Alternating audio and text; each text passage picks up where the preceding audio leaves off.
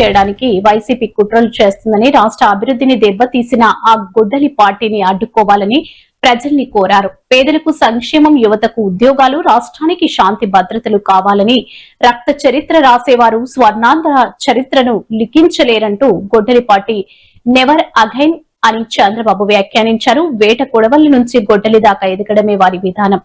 IT నుంచి quantum దిశగా ఎదగడం మన విధానం అన్నారు. ప్రజాస్వామ్యంలో గొడ్డలి పార్టీకి చోటు లేదు. సమాజానికి గొడ్డలి పార్టీ హానికరం. గొడ్డలి పార్టీ నెవర్ అగైన్ మీ మనసులో రావాలి. నాకు మంచి జరగాలంటే ఈ గొడ్డలి పార్టీ రాకూడదని మీరు పూజలు చేయాలి.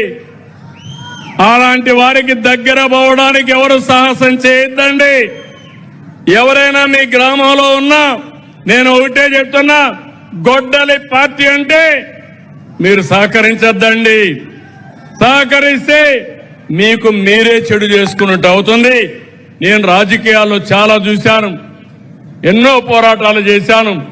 కానీ ఇలాంటి నేర చరిత్ర, ఇలాంటి విచిత్రమైన మనస్తత్వాన్ని నా జీవితంలో చూడలేదు. అడుగుతున్నా, మీ అందరికీ తెలుసా లేదా అని అడుగుతున్నా. ఎవరు హత్య చేశారు తెలుసా లేదా? మీకు తెలుసంటే జైలు పైకెత్తండి. నిన్నేం మాట్లాడాడు పెద్ద మనిషి చూశారా? నంగా నాచిగా మాట్లాడాడు. నేనే చంపించానని ఇప్పుడు